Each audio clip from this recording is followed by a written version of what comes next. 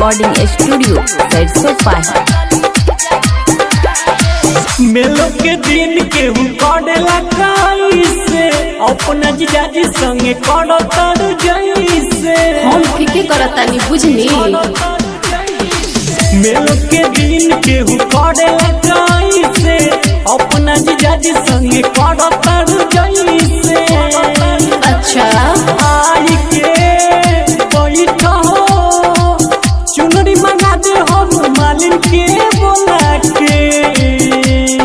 दुर्गा माई के मेला खावे में लहगे, दुर्गा माई के मेला खावे में लहगे, हमरू के ले ले चली जीजाजी घुमावे। दुर्गा माई के मेला खावे में लहगे, हमरू के ले ले चली जीजाजी घुमावे। सुमित सतीश रैमा जबन कहबू साली तू घरे लाई दे तोके चाउमीन और पिज्जा खिलाई हम दे। कि तारा बात में न आइब ए जीजाजी, नहीं खाइबू बर्गर पिज्जाजी। और कुछ चाहिए और कुछ चाहिए तो दे के। दुर्गा माई के मेला खावे में लहगे, दुर्गा माई के मेला खावे में लहगे, हमरो के ले ले चली जीजाजी घुमावे। दुर्गा माई के मेला खावे में लहगे, हमरो के ले ले चली जीजाजी घुमावे। सुमित सतीश रैमा